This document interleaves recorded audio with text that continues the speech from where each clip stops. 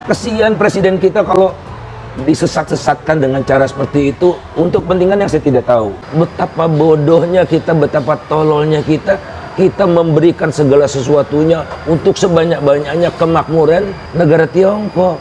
Pak Luhut ini masalahnya satu, konflik kepentingan.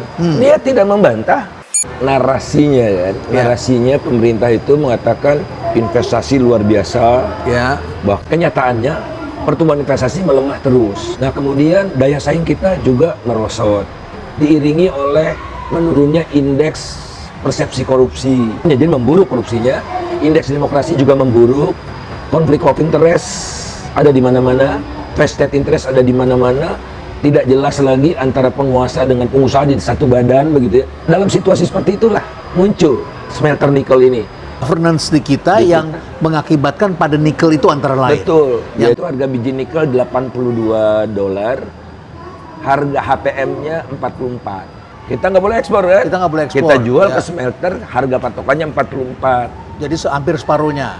Tapi lebih dari separuh. Yang dibayar oleh smelter nggak sebesar itu. Karena apa?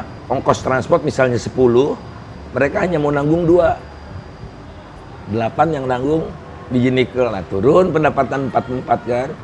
Pendek kata, negara itu tidak hadir untuk melindungi rakyatnya dan kepentingan nasional. Diekspor ke China, tidak bayar pajak ekspor seperti sawit, dapat tax holiday 20 tahun untuk yang besar-besar. Tidak semua dapat. Presiden mengatakan tuh keberhasilan luar biasa, ekspor besi baja kita naik dari 17 triliun menjadi 510 triliun. Ya. Seolah-olah yang 510 triliun itu adalah cuan kita. Kita itu dapatnya paling sedikit gitu. Sebagian besar lari ke Cina.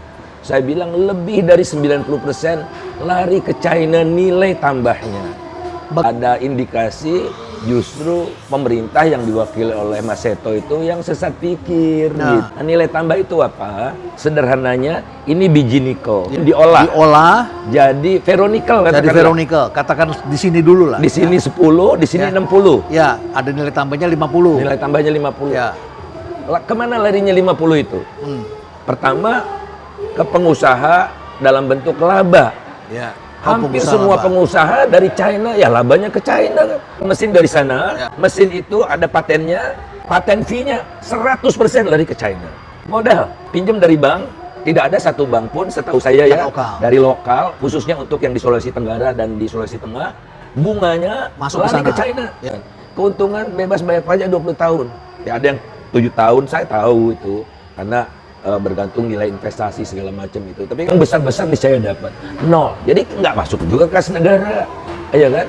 Kemudian kalau sawit diekspor itu kena pajak ekspor, kena bea sawit. Kadang-kadang sampai sepertiga dari nilai ekspor itu masuk ke kas negara. Ini 0. Saya sampaikan adalah presiden mengklaim ini cuan buat Indonesia. Seluruhnya itu. Iya, 510 triliun itu. Devisa masuk, devisa tidak masuk. Orang dia perusahaan asing, untung mereka bawa pulang kan? Bawa pulang. Jadi